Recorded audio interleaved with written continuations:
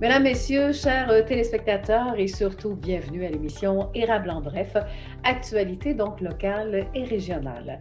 Aujourd'hui, 19 janvier. La chronique, la MRC de l'érable à découvrir pour mieux y vivre. L'érable à découvrir, donc, ce sera au tour de M. Jocelyn Bédard, qui est le préfet de la MRC donc de l'érable, qui va nous présenter le maire de Saint-Ferdinand. Il s'agit bien sûr de Yves Charlebois. Alors, Yves Charlebois va nous présenter sa municipalité, mais aussi une possibilité d'opportunité d'aller vivre également du côté de Saint-Ferdinand. Et aussi, nous aurons également, côté invité, Mario Fortin, qui est le maire de Plessisville, pour la capsule Plessisville vous informe. Le sujet, on parlera entre autres du fameux budget édition 2021. Alors, combien d'argent, c'est ça que ça veut dire un budget, hein?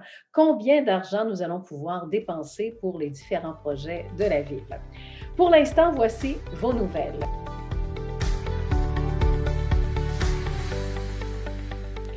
En date du 12 janvier, bien 14 nouvelles infections dans Arthabascan érable.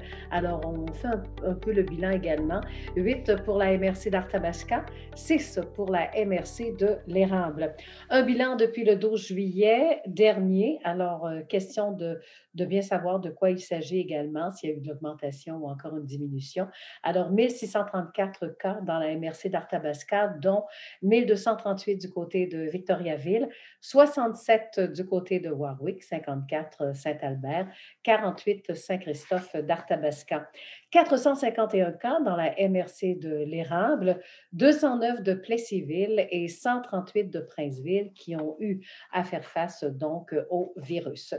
Du nouveau, cette fois-ci, du côté de Roulibus, un nouveau directeur général que vous connaissez. Il s'agit de Stéphane Dion. Depuis 2 ans, il occupait tout de même le poste de marque et développement des affaires avec les Tigres de Victoriaville. Soulignons que Roulibus comprend aussi le service de répartition du transport collectif de Victoriaville, alors Taxibus. Donc, rappelons que Stéphane Dion, c'est tout de même un nom connu dans la région, puisqu'il a, pendant une trentaine d'années, il a été directeur général des différentes stations de radio de la région et également propriétaire de la station KIC 95.7. Faubourg-des-Prés, vous allez sûrement vous souvenir de ce nom. C'est un très beau nom, justement, pour un tout nouveau développement domiciliaire du côté de Princeville, situé juste à l'arrière de Coop IGA. Le développement économique est en pleine croissance actuellement du côté de la ville, puisqu'on investira un montant tout de même de 5,5 millions de dollars pour le Faubourg-des-Prés. En conférence de presse virtuelle, il a été question que le Faubourg-des-Prés contiendra une centaine de terrains résidentiels. Le début des travaux est d'ailleurs prévu pour cet été et la construction pourrait même commencer dès cet automne. Ce nouveau développement a d'ailleurs été pensé pour les besoins des familles. Parc de quartier, accès au parc linéaire, sans oublier une garderie, évidemment, entre autres. La Ville a d'ailleurs la responsabilité de s'occuper des coûts d'infrastructure, de promouvoir aussi la vente des terrains et devient également le promoteur de la vente de ces terrains-là. Le prix de vente sera fixé par le tribunal administratif, donc au Québec. La suite maintenant d'Érable en bref avec nos deux entrevues. Alors, vous entendrez Yves Charlebois, qui va nous parler de sa municipalité. Et en même temps, eh bien, on aura l'occasion d'entendre aussi Mario Fortin qui va nous développer le fameux budget de cette année. Alors, allons-y maintenant avec Mario Fortin. Alors aujourd'hui, côté entrevue, et c'est plutôt une capsule qui va parler de budget et nous allons faire tout cela avec le maire donc de Plessisville, nul autre que Mario Fortin pour Plessisville vous informe. Mario Fortin, bonjour. Bonjour Lydia. Nous, ce qui nous préoccupe, parce que qui dit changement d'année, habituellement, les citoyens veulent savoir qu'est-ce que la ville va faire pour ses citoyens, encore une fois. Mais je pense que le citoyen fait partie d'une de vos priorités. Hein? On voit ça dans votre... C'est écrit un budget 2021, là. Attends, tu vois, c'est la période de l'année où, comme décideur, on met des moyens à des projets, parce qu'on ne peut pas avoir tous les projets du monde. Si on n'a pas les moyens de les réaliser, c'est juste du rêve. Donc, l'exercice de monter un budget est un exercice vraiment central dans l'administration d'une ville, parce que là, c'est comment on va gérer l'argent. des citoyens et comment on va pouvoir se doter de moyens efficaces pour arriver à nos projets.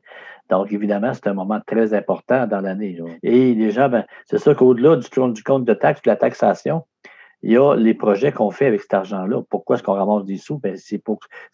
Comme une genre de coop, parce que ensemble, on se partage, on prend notre argent, on met ça dans un pot, tout ensemble, puis on le distribue en termes de services à la population. Oui, et c'est toujours relié au nombre de citoyens aussi. Et je pense qu'il y a eu une augmentation pour la ville de Plessisville dans le nombre de citoyens. Oui, alors j'ai pas le chiffre exact, mais il me semblait Oui. que c'est autour de cinquantaine de personnes. C'est sûr que c'est pas. On aimerait ça que ça augmente encore plus et si on travaille très fort là-dessus. Évidemment, on fait on fait des mesures pour faire en sorte d'augmenter notre population. La problématique qu'on a, qu'il va falloir régler un jour, c'est qu'on est encerclé, on n'a plus de terrain. Donc, il va falloir faire des pieds et des mains pour avoir de l'espace pour pouvoir construire des nouvelles résidences, des nouveaux bâtiments. Là, on a un parc industriel qui s'agrandit. C'est un de nos projets, c'est merveilleux. Mais au niveau résidentiel, à un moment donné, il faut avoir la capacité d'accueillir des gens aussi. Et c'est là-dessus qu'il va falloir travailler les prochaines années. C'est le grand défi de Plessisville et de la région, et de la région autour. Voilà. Maintenant, parlons-en du budget. Juste avant qu'on donne les détails, est-ce que vous êtes quand même satisfait? Qu'est-ce qui en ressort, là, si vous avez... Oui, on est très satisfait parce que cette année, ce qu'il faut noter, c'est qu'on est dans une année d'évaluation. Tous les 3 ans, la MRC, ça c'est une responsabilité de la MRC. La MRC refait les rôles d'évaluation, qui est une compétence, comme je dis, une compétence régionale.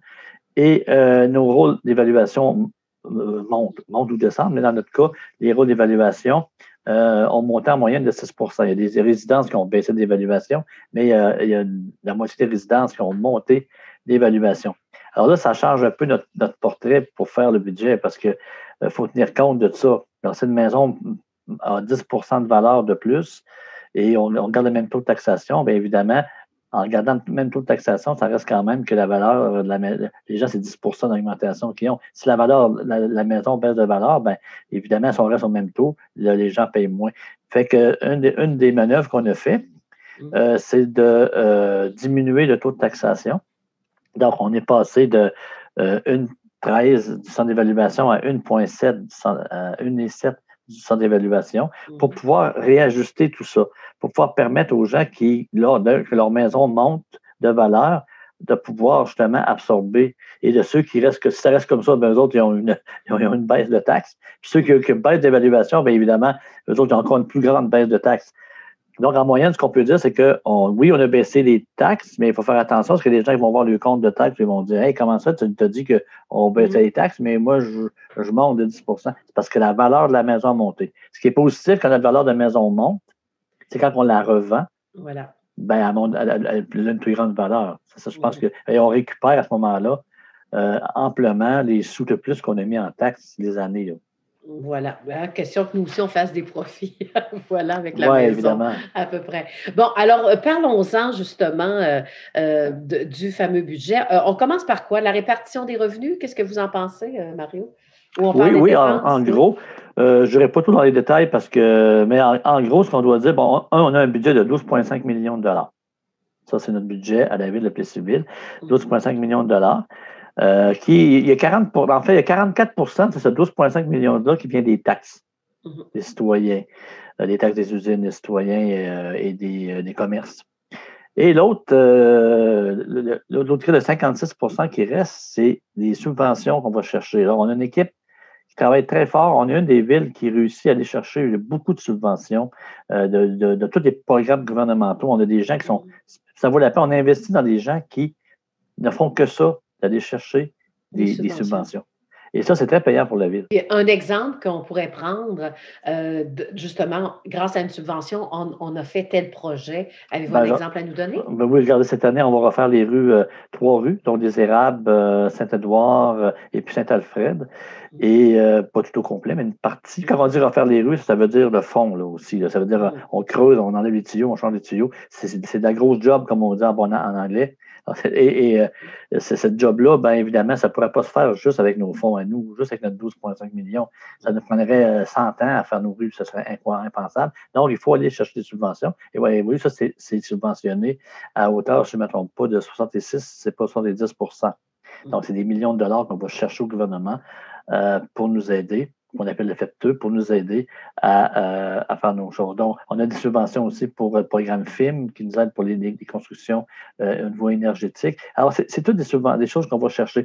Tout ça pour dire que souvent, le citoyen dit, moi, je paye des taxes, effectivement, oui, puis on essaie de bien les gérer, mais il n'y a pas juste les taxes qu'on reçoit comme revenu. Voilà. Maintenant, les secteurs que vous allez prioriser. On doit saupoudrer, dans le fond, un peu partout. Il faut équilibrer notre budget pour que tous les secteurs puissent en avoir. Donc, évidemment, un de nos plus gros, c'est l'administration. Bien évidemment, on a tout le déploiement de notre campagne à bras ouverts qu'on va continuer à déployer.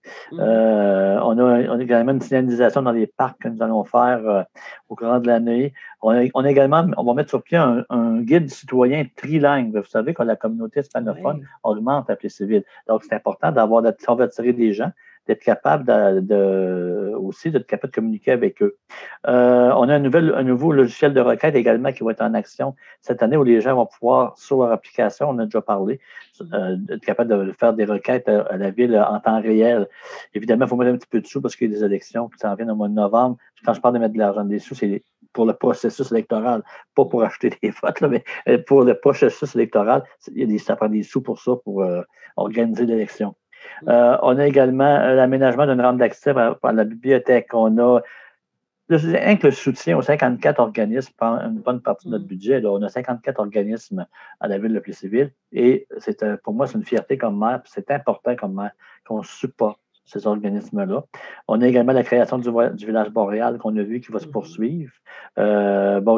Également, toute la gestion de la COVID, il faut prévoir des fonds parce qu'évidemment, malheureusement, ça va continuer un petit peu cette année. On a également au niveau de la sécurité publique, il faut adopter un plan de sécurité civile. On a des appareils respiratoires à changer. On a également l'éclairage de la passerelle. On a fait les chutes. L'an prochain, on aimerait ça éclairer la passerelle en Montveillancourt. Donc, je pense que les gens apprécient beaucoup. Continuer d'organiser des activités Beer Garden, des activités qu'on va pouvoir faire. On souhaite qu'après le confinement, qu'on soit capable de... On va avoir besoin de se voir. On va avoir le goût de se voir. Et il va falloir multiplier au niveau de la vie citoyenne des projets à ce niveau-là. Également, des affaires plus techniques, là, mais il faut des mises à niveau au niveau des stations de pompage. Il va falloir retravailler également notre usine d'épuration et travaux à faire. Donc, au niveau du développement durable aussi, on a un plan d'action qu'on est en train de mettre sur pied pour la rénovation des rues sur les 10 prochaines années. Un jour, je viendrai te revoir là-dessus. Oui. Ça, c'est important. On a toutes les questions aussi des bacs de compostage ou non. Alors, il y a cette question-là. Donc, les projets ne manquent pas, Lydia. On a une murale aussi au centre-ville qu'on aimerait mettre sur pied, une murale historique. Et évidemment, bien, tout le day-to-day, ramasser les ordures, le déneigement, refaire les trottoirs. Donc, c'est tous des projets qu'on a au day-to-day, payer des employés. Ça, c'est déjà une partie de notre budget au niveau administratif, le salaire de nos employés. Donc, le code-part de la MRC, le code-part de la Sûreté du Québec. En gros, je dirais rapidement, je n'ai pas fait tous les projets, mais en gros, ça va ressembler à ça là, au niveau de notre année 2021. Donc, on peut dire que c'est un budget qui est sain, c'est ça? Oui, en sens qu'il est équilibré. Il n'y a pas d'augmentation. Et puis, évidemment, on a des fonds. Ce qui est important de savoir, c'est qu'on a prévu des fonds pour les 10 prochaines années. Pour les prochaines années, des fonds pour prévoir au niveau de notre dette, prévoir des dépenses. Donc, on a une équipe. Je veux remercier l'équipe. On fait ça en équipe, un budget. On a un trésorier, secrétaire trésorier, Jean Mercier, qui est d'une grande compétence pour nous aider, et Justine aussi, notre directrice générale. On est en bonne main pour l'avenir de nos finances. Bon, c'est quoi les dépenses d'une ville, juste pour terminer, là, pour que les gens s'aperçoivent que oui, même la ville a des choses à payer. Allez-y. Oui, ben, les dépenses d'une ville, effectivement, juste pour vous dire rapidement, ben, en fait, il y a la grosse partie de la dépense, ce qui coûte le plus cher, c'est 22 %, c'est l'hygiène du milieu, tout ce qui s'appelle eau potable et égout. Ça, c'est ce qui prend le plus, puis c'est ce qui est important aussi, on ne se le cachera pas. Par la suite, évidemment, il y a toute la vie citoyenne qui prend 17 de nos dépenses, les activités, l'aréna, bon, le culturel sportif. Et ça, c'est important. Notre tissu social et l'administration qui est à 15 salaire. Ensuite de ça, ben, il y a l'urbanisme, santé, financement, MRC, surtout du Québec, travaux publics. En gros, c'est comme ça que notre pièce, on a divisé notre pièce en différentes scènes. Là. En gros, c'est comme ça qu'on répartit nos dépenses. Mais évidemment, la vie citoyenne et l'hygiène du milieu prend beaucoup de place et les travaux publics. C'est notre principal poste.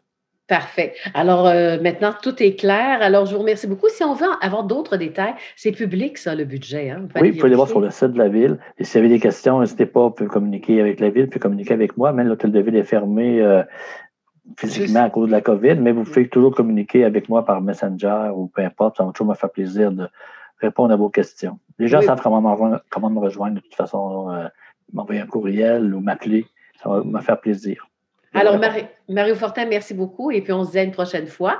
Et bien, bon confinement également et soyez prudents aussi. Merci beaucoup, Lydia. Bonne journée. Au revoir. Alors, je m'entretenais avec Mario Fortin, donc le maire de Plessisville. Il était question de notre entrevue. Donc, Plessisville vous informe.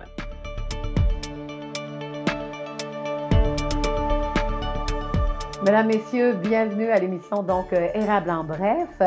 Et maintenant, vous le savez, on vous fait découvrir nos 11 municipalités du côté de la MRC de l'Érable. On vous présente des maires, c'est-à-dire que c'est le préfet de la MRC de l'Érable, c'est sa mission, c'est lui qui va le faire. Et aujourd'hui, nous allons recevoir le maire de Saint-Ferdinand, Yves Charlebois. Mais pour l'instant, voici notre préfet, Jocelyn Bédard. Bonjour. Bonjour, Lydia. Alors, Jocelyn Bédard, j'aimerais ça qu'on parle un peu de la municipalité de Saint-Ferdinand, mais en même temps de son maire, Yves Charlebois. Qu'avez-vous à nous raconter là-dessus? Monsieur Charlebois, je le connais plus, je le rencontre plus souvent depuis 3 ans parce que Yves, ça fait 3 ans qu'il est maire de la municipalité de Saint-Ferdinand. Donc, on se rencontre pour plusieurs réunions qu'on a au niveau de la MRC. Puis ce que je peux voir de Yves Charlebois, c'est que c'est un maire qui est très, très, très, très impliqué dans sa municipalité. C'est un monsieur qui est bien proche de ses citoyens. C'est un monsieur que, aussitôt qu'il y a un comité qui fait une activité, Yves est là pour les encourager. Aussitôt qu'il y a un citoyen qui a besoin d'aide, j'ai vu Yves même publier des choses sur Facebook. Il y avait un chat qui était perdu. Yves va s'en occuper, va s'occuper des enfants, va s'occuper de distribuer des bonbons lors des parades. Je me souviens, cet été, on est allé à une parade, puis Yves était dans le char allégorique, distribuait des bonbons. Jean? Oui. Il accepte même de porter des costumes d'Halloween aussi. On a vu ça à l'Halloween également. Là. Il aura l'occasion de nous en reparler, bien entendu. Qu'est-ce que vous retenez quand vous allez à Saint-Ferdinand ou qu'est-ce que vous trouvez beau? Saint-Ferdinand, quand on arrive, parce que moi, j'ai la chance de prendre la route puis de traverser les montagnes pour me rendre là, parce que je pars d'une place où c'est plat.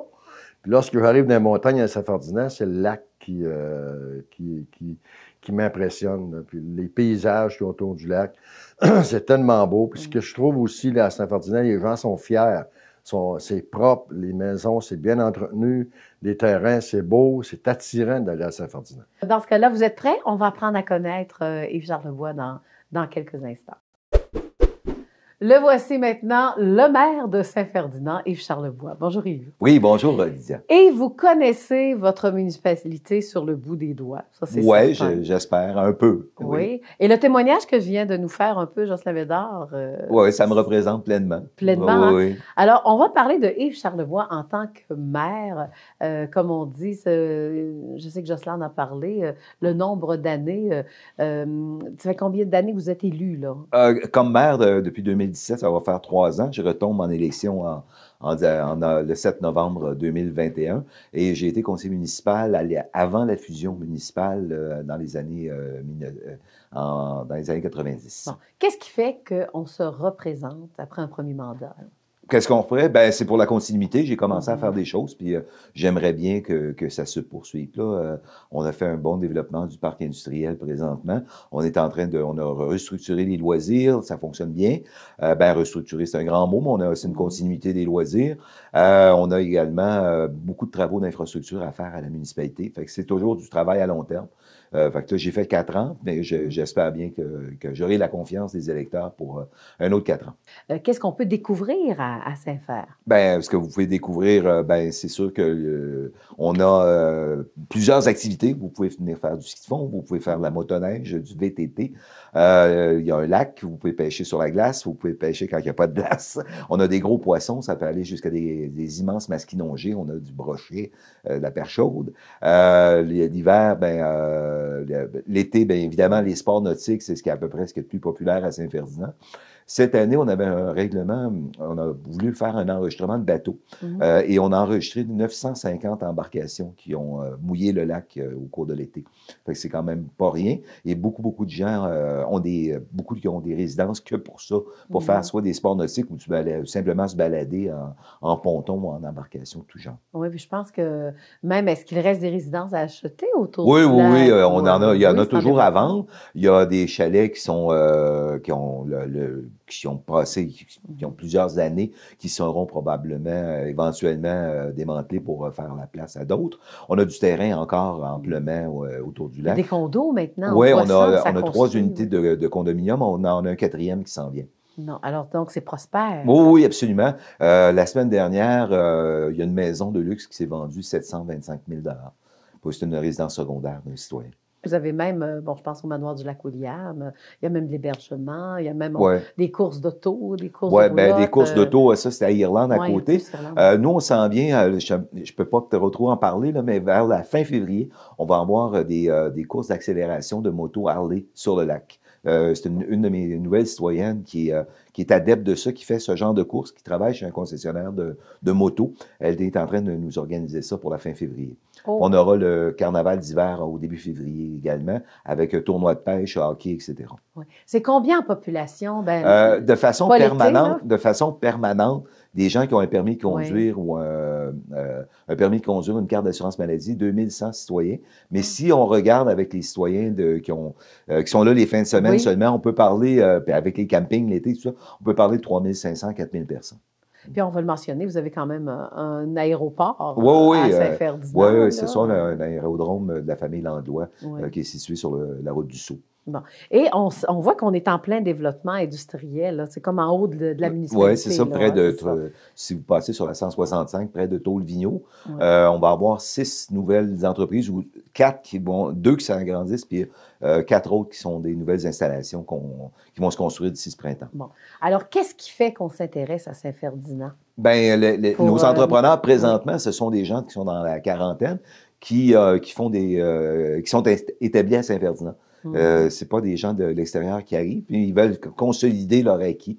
Ça fait que c'est là. Puis les entreprises, je donne un exemple, on vend des boîtes de camions, des boîtes de fibres qui vont sur les camions pick-up. Mais c'est vendu à grandeur de la province. La tôle qu'on fait à Saint-Ferdinand, c'est vendu au Nouveau-Brunswick, en Ontario, dans le nord du Québec, partout. Ça part de Saint-Ferdinand, cela. Oui. Bon, et puis là, maintenant, les attraits touristiques, là, vous en avez Ben, beaucoup. on a évidemment le manoir du Lac-William où les gens connaissent partout. C'est connu. À tous les soirs, vous écoutez District 31 à la télévision, il y a une annonce du manoir du Lac-William. Tout le monde connaît le manoir. L'amour est dans le pré. Oui, l'amour est dans le pré, se passe les débuts d'émissions, puis etc., ça se passe là. Également, ben, vous avez beaucoup de chalets que vous pouvez louer pour les fins de semaine. On a un gîte. On a des chalets à louer également de façon organisée. D'autres, ce sont des maisons de type Airbnb que vous pouvez louer. On en a plusieurs de ce côté-là. Et le belvédère qui fait l'envie de plusieurs aussi. Oui, là, oui. L'été, évidemment, on a à tous les jeudis soirs, pas cette année, la pandémie oblige, mais on a tous les jeudis soirs, on a des spectacles. C'est les jeudis en chanson. Et on était sur le point d'avoir des dimanches en musique, mais ça ne s'est pas lieu. Mais c'est prévu pour l'été prochain, l'été 2021. Si ça fonctionne, on aura toujours des musiciens le dimanche après-midi. Oui, puis les fêtes du Lac-William. Oui, ça, c'est la là. première fin de semaine de la construction. Cette année, le dimanche 26 juillet, on va avoir un triathlon provincial. C'est ça, je voulais vous amener là. Ça, on s'attend à environ 200 inscriptions, peut-être plus. Les gens, ce sont des grands athlètes. Ils commencent par nager, je pense, c'est 2 kilomètres dans le lac. Ils sortent de là, ils prennent leur vélo, Ils s'en vont en Israélie aller-retour. Quand ils reviennent, ils débarquent du vélo, ils descendent du vélo et ils font le tour du lac en courant. Et c'est une épreuve qui dure à peu près 5h30. Oui, j'ai l'impression que ça ne durera pas qu'une seule année, ça, ce genre Ben, de ça va triathlon, dépendre, c'est les organisateurs, là. Oui, oui. Mais on va essayer cette année de donner le maximum. Et c'est provincial, c'est-à-dire qu'il y a 42 clubs de triathlon au Québec. Et nous, on a la date, le 25 juillet, il va y avoir 2 triathlons au Québec, un dans les terres derrière Rimouski et l'autre dans la région de Québec, Montréal, etc. C'est uniquement à Saint-Ferdinand. Et en cavale, comme ça, qu'est-ce que vous pensez de Saint-Ferdinand? Go! Une population accueillante, un très beau décor. On est carrément au début de la chaîne de montagne des Appalaches. Fait que c'est un coin à découvrir absolument. Quand vous venez chez nous, vous en souvenez pour toujours. C'est certain. Ça fait une belle conclusion, Yves. C'était Yves Charlebois, donc maire Merci. de Saint-Ferdinand. On revient avec le préfet. Jocelyn Bédard, comment vous avez trouvé les propos de Yves Charlebois en ce qui concerne la MRC de l'Érable, mais en même temps la municipalité de Saint-Ferdinand? Ben, en partant, je veux féliciter Yves parce qu'on voit qu'Yves est habitué dans les entrevues, mais c'est un vrai professionnel. Il est très, très, très, très bon. Et ce que moi je peux voir, puis ce que je retiens de l'entrevue de M. Charlebois de Saint-Ferdinand, c'est surtout que à Saint-Ferdinand, ils ont vécu d'une chose très, très, très, très dure il y a plusieurs années quand l'hôpital a fermé. Tout le monde avait peur à l'économie de Saint-Ferdinand. Mais les gens de Saint-Ferdinand sont débrouillards, sont entrepreneurs, ils se sont pris en main, vous voyez, des condos qui sont construits, des entreprises qui se construisent, les gens restent là, les valeurs augmentent, les valeurs d'immeubles augmentent, tout va pour le mieux. Donc, moi, je tiens à féliciter les gens de Saint-Ferdinand et son conseil municipal. Là. Alors, pour y découvrir et mieux y vivre, M. Bédard? Ben, écoute, comme M. Charlebois disait tantôt, Oui. c'est de voir nos beaux paysages, puis d'aller au moins avoir la chance de mettre nos pieds dans le beau lac, William. Oui, puis ils ont un magnifique sentier aussi, art et nature à découvrir dans ce coin-là également. Alors, ben, je vous remercie de cette belle diversité qu'on a aussi dans la MRC de l'Érable. Hein? Ben oui, c'est ça qui fait notre marque à nous autres. Bien, merci beaucoup. Alors, vous venez d'entendre M. Jocelyn Bédard, donc, et ça complète notre chronique, donc, la MRC de l'Érable à découvrir pour mieux y vivre. En espérant que l'émission Érable en bref vous a plu, vous voulez absolument qu'on parle de vous, allez-y par courriel, tvcérable@commercialoutlook.com ou encore question de revisionner nos émissions ou encore toutes nos entrevues qui sont individuelles sur notre site. Allez sur notre site web tvc.org. Bonne semaine!